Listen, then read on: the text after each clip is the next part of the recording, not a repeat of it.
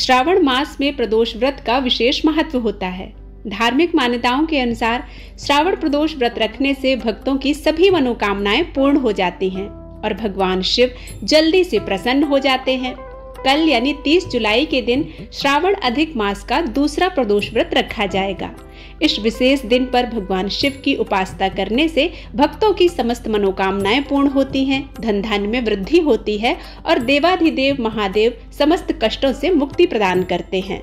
आज के वीडियो में आप जानेंगे श्रावण अधिक मास में पड़ने वाले दूसरे प्रदोष व्रत का शुभ मुहूर्त क्या है, पूजा विधि क्या है, प्रदोष काल का समय क्या है, रवि प्रदोष व्रत की कथा क्या है।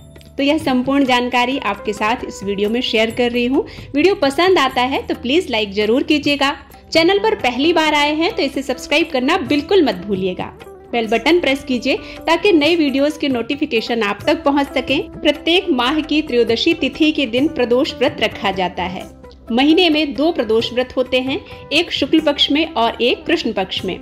पुरुषोत्तम मास में प्रदोष व्रत का विशेष महत्व है। हिंदू पंचांग के अनुसार श्रावण अधिक मास के शुक्ल पक्ष की त्रयोदशी तिथि के दिन अधिक मास का दूसरा प्रदोष व्रत रखा जाएगा। सावन अधिक प्रदोष व्रत 30 जुलाई 2023 को रविवार के दिन रखा जाएगा। इस विशेष दिन पर भगवान शिव की विधिवत पूजा करने से भक्तों की सभी मनोकामनाएं पूर्ण होती हैं और जीवन में सुख और समृद्धि का आशीर्वाद प्राप्त होता है। सावन प्रदोष व्रत के दिन 3 अत्यंत शुभ योगों का निर्माण हो रहा है, जिसमें पूजा पाठ का विशेष महत्व है। वैदिक पंचांग के अनुसार श्रावण अधिक मास की त्रयोदशी तिथि 30 जुलाई सुबह 10:34 से शुरू होगी और इस तिथि का समापन होगा 31 जुलाई सुबह 7:26 पर। प्रदोष व्रत के दिन संध्या काल में भगवान शिव की उपासना की जाती है, तो ऐसे में श्रावण अधिक प्रदोष व्रत 30 जुलाई 2023 रविवार के दिन ही रखा जाएगा। इसे रवि प्रदोष व्रत के नाम से भी जाना जाता है। इस विशेष दिन पर प्रदोष काल का समय होगा शाम 7:14 से लेकर रात्रि 9:19 तक, क्योंकि प्रदोष व्रत में या भगवान शिव के किसी भी पूजन में प्रदोष काल का विशेष महत्व होता है। तो इस अवधि में आप अपनी पूजा को संपन्न करते हैं तो भगवान शिव आप पर प्रसन्न होकर मनोकामनाओं को पूर्ण करते हैं, क्योंकि प्रदोष काल के समय भगवान शिव नंदी और मां पार्वती के साथ कैलाश पर्वत पर विराजमान होते हैं और अत्यंत प्रसन्न मुद्रा में समस्त कार्यों को सिद्ध करने के लिए अपने भक्तों को वरद हस्त प्रदान करते हैं। तो इस अवधि में यदि आप पूजा करते हैं, भगवान के मंत्रों का उच्चारण करते हैं, शिव परिवार का पंचामृत से अभिषेक करते हैं, रुद्राभिषेक करते हैं, तो आपकी समस्त मनोकामनाएं पूर्ण होती हैं और भगवान शिव और मां पार्वती की कृपा से समस्त कष्टों से मुक्ति प्राप्त होती है। श्रावण अधिक प्रदोष व्रत के दिन 3 अत्यंत शुभ योगों का निर्माण हो रहा है। इस विशेष दिन पर इंद्र योग, सर्वार्थ सिद्धि योग और रवि योग का निर्माण हो रहा है।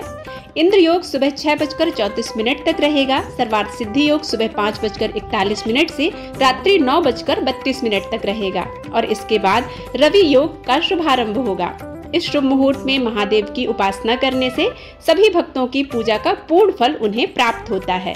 सावन अधिक मास के प्रदोष व्रत के दिन ब्रह्म मुहूर्त में उठकर स्नान ध्यान करें, पूजा स्थल को साफ करें, इसके बाद साफ वस्त्र पहनकर पूजा घर में दीपक प्रज्वलित करें। व्रत का संकल्प लें, फिर भगवान शिव का रुद्राभिषेक करें। इसके बाद प्रदोष काल में भगवान शिव की विधिवत पूजा करें और उन्हें दूध, दही, घी, शक्कर, शहद, गंगा जल मिश्रित पंचामृत से अभिषेक करें। ऐसा करने के बाद महादेव को बेलपत्र, फल, भांग, धतूरा, मिष्ठान इत्यादि अर्पित करें। काले तिल अवश्य अर्पित करें। इस दिन शिव स्तोत्र का पाठ करें, शिव तांडव स्तोत्र का पाठ करें, कथा का श्रवण करें या पठन करें और अंत में भगवान शिव और मां पार्वती की आरती करके कपूर से आरती करके पूजा को संपन्न करें।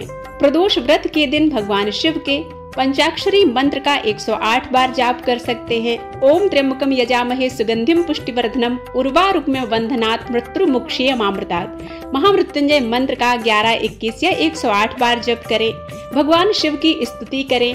ओम नागेंद्र हाराय त्रिलोचनाय भस्मांगराय महेश्वराय नित्याय शुद्धाय दिगंबराय तस्मै नकाराय नमः शिवाय। इन स्तुतियों के द्वारा भगवान शिव को प्रसन्न करें। अपनी सामर्थ्य के अनुसार मंत्रों का जाप करें, स्तुति करें और भगवान शिव से अपनी मनोकामनाएं कहें। यथाशक्ति दान अवश्य दें, क्योंकि व्रत में यदि आप दान नहीं करते हैं तो व्रत का पूर्ण फल प्राप्त नहीं होता है। इस व्रत में नमक का त्याग किया जाता है, अन्न का त्याग किया जाता है, मिर्च आदि सेवन नहीं किया जाता है। तो इस व्रत में आपको बिना नमक के व्रत करना चाहिए। आप खीर बनाकर भगवान को भोग लगाकर वही खीर का प्रसाद स्वयं भी ग्रहण करके अपने व्रत का पारण कर सकते हैं। भगवान शिव के पूजन में एक बात का विशेष ध्यान रखना चाहिए। भगवान शिव को सभी चीजें अखंडित ही चढ़ाई जाती हैं। अक्षत अखंडित होता है, वह टूटा नहीं होता है, इसलिए उनको अक्षत यानी साबुत चावल ही चढ़ाने चाहिए। बेलपत्र बिना खंडित होना चाहिए। भगवान शिव को आप यदि नारियल अर्पित करते हैं, श्रीफल अर्पित करते हैं, तो वह भी भगवान शिव के चरणों में आप साबुत ही अर्पित करें। भगवान शिव की पूजा में कभी भी नारियल को तोड़ा नहीं जाता है। भगवान को साबुत नारियल अर्पित करने के बाद वह मंदिर में या किसी योग्य पात्र को दान कर देना चाहिए। भगवान शिव के पूजन में सभी चीजें अखंडित होनी चाहिए। कोई भी वस्तु खंडित नहीं होनी चाहिए, चाहे वह बेलपत्र हो, अक्षत हो या पुष्प हो या श्रीफल हो। आप सभी वस्तुएं भगवान को पूर्ण रूप से अर्पित करें और पूर्णता का फल प्राप्त करें। भगवान शिव की पूजा करते समय पूजा की थाली में अबीर, गुलाल, चंदन, काले तिल, फूल, धतूरा, बिल्वपत्र, शमी पत्र, जनेऊ, कलावा, दीपक, कपूर, अगरबत्ती और फल के साथ पूजा करें। प्रदोष व्रत के दिन मनुष्य को त्रयोदशी के दिन प्रातःकाल सूर्योदय से पूर्व उठना चाहिए। नित्य कर्मों से निवृत्त होकर भगवान श्री भोलेनाथ का स्मरण करें। इस व्रत में आहार नहीं लिया जाता है। पूरे दिन उपवास रखने के बाद सूर्यास्त से 1 घंटे पहले स्नान आदि करके श्वेत या गुलाबी रंग के वस्त्र धारण करें। पूजा स्थल को गंगा जल से साफ करके, गंगा जल से शुद्ध करके गाय के गोबर से लेप कर मंडप तैयार करें। इस मंडप में 5 रंगों का उपयोग करके रंगोली बनाई जाती है। यदि ऐसा करना संभव नहीं है तो जहां आप पूजा स्थल पर रोज पूजा करते हैं वहीं पर आप यह पूजा संपन्न कर सकते हैं। प्रदोष व्रत की आराधना करने के लिए कुशा के आसन का प्रयोग किया जाता है। इस प्रकार पूजन की तैयारियां करके उत्तर दिशा की ओर या पूर्व दिशा की ओर मुख करके बैठ जाएं। भगवान शंकर का पूजन करना चाहिए। पूजन में भगवान शिव के मंत्र ओम नमः शिवाय का निरंतर जाप करते रहना चाहिए।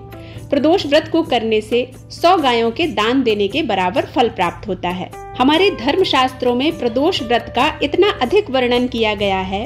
कहा जाता है कि एक दिन जब चारों ओर अधर्म की स्थिति होगी, अन्याय और अनाचार का एकाधिकार होगा, मनुष्य में स्वार्थ भाव अधिक होगा, व्यक्ति सत्कर्म के स्थान पर नीच कर्मों को अधिक करेगा, उस समय में जो व्यक्ति त्रयोदशी का व्रत रखकर भगवान शिव की आराधना करेंगे उन पर भगवान शिव कृपा करेंगे।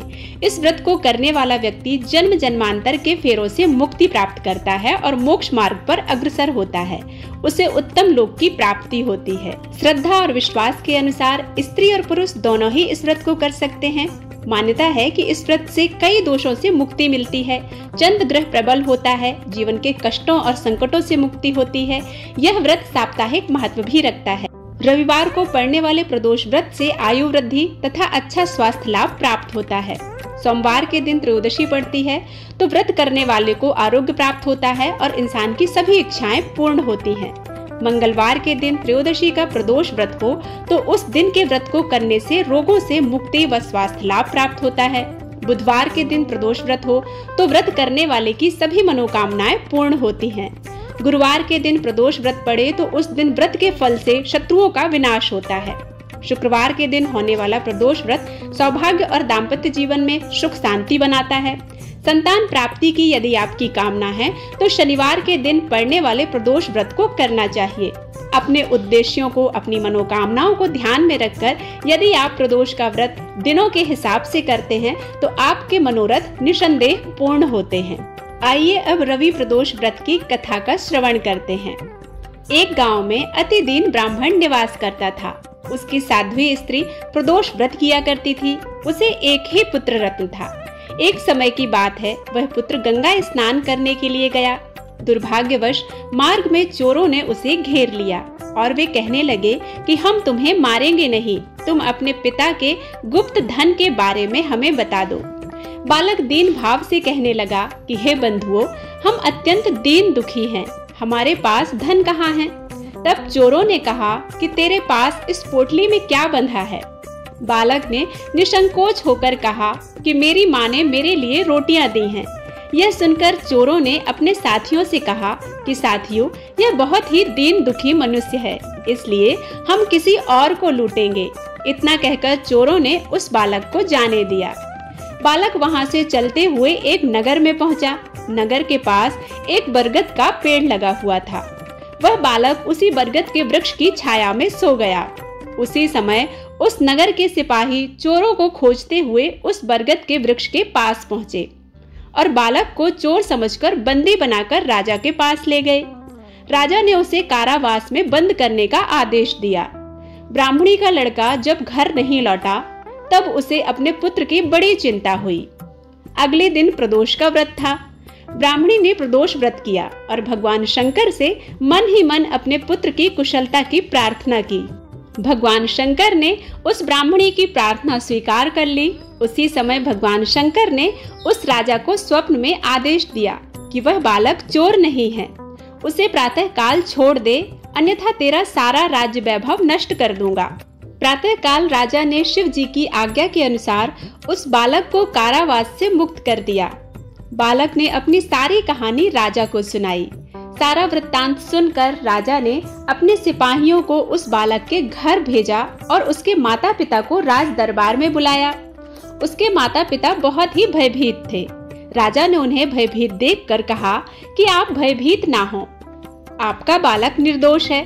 राजा ने ब्राह्मण को 5 गांव दान में दिए, जिससे वे सुख पूर्वक अपना जीवन व्यतीत कर सके।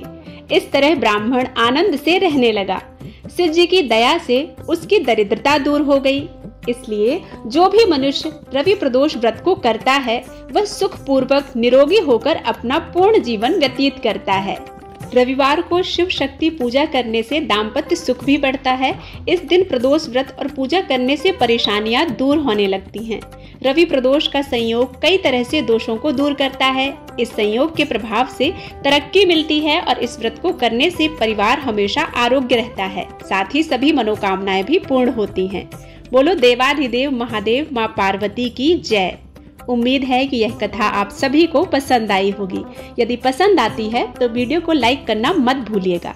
भगवान शिव और माँ पार्वती की कृपा हम सभी पर सदा सर्वदा बनी रहे। इसी कामना और विश्वास के साथ आप सभी से विदा लेती हूँ। मिलती हूँ एक नई कथा के साथ। तब तक के लिए ओम नमः शिवाय।